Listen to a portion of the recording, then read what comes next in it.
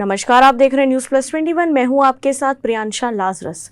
प्रदेश की राजधानी रायपुर पहुंचे बीजेपी राष्ट्रीय प्रवक्ता और राज्यसभा सांसद डॉक्टर सुधांशु त्रिवेदी ने कांग्रेस को लेकर कहा, कांग्रेस इस वक्त वर्चस्व की लड़ाई चल रही है। सरकार में सामंजस्य, आदिवासी सम्मान, कानून व्यवस्था, सब में सरकार विफल हो रही है। प्रदेश की जनता आगामी विधानसभा चुनाव में जनता इस सरकार को जवाब देगी। आपको बता दें, सुधांशु त्रिवेदी ने अविश्वास प्रस्ताव पर कहा कि भले ही संख्या बल के दम पर विश्वास जीत लिया हो, लेकिन यह साफ दिखाई पड़ रहा है कि बाघ और सिंह के बीच में द्वंद्व भारी पड़ने वाला है।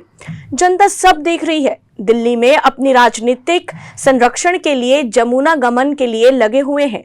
आने वाले समय में जनता इसका जवाब देगी।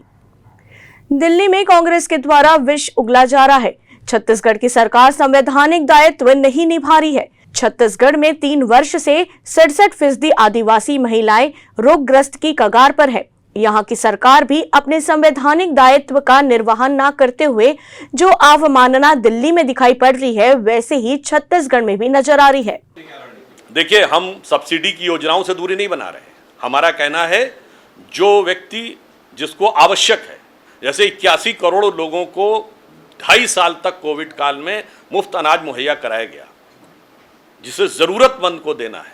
हाँ, हमने ये कहा कि यदि कोई पार्टी ये कहती है, पंजाब राज्य में, जो उत्तर भारत का सबसे समृद्ध राज्य माना जाता है, कि हम सभी महिलाओं को देंगे 1000 रुपए, यानी समृद्ध हो, मध्यम वर्ग की हो या गरीब की हो, तो ये माना जाता है कि यह आप समाज के न्याय की दृष्टि से नहीं, राजनीति की दृष्टि से कर रहे हैं। ऐसी तमाम जानकारियों से अपडेट रहने के लिए देखते रहिए न्यूज प्लस 21, आपके हक की बात।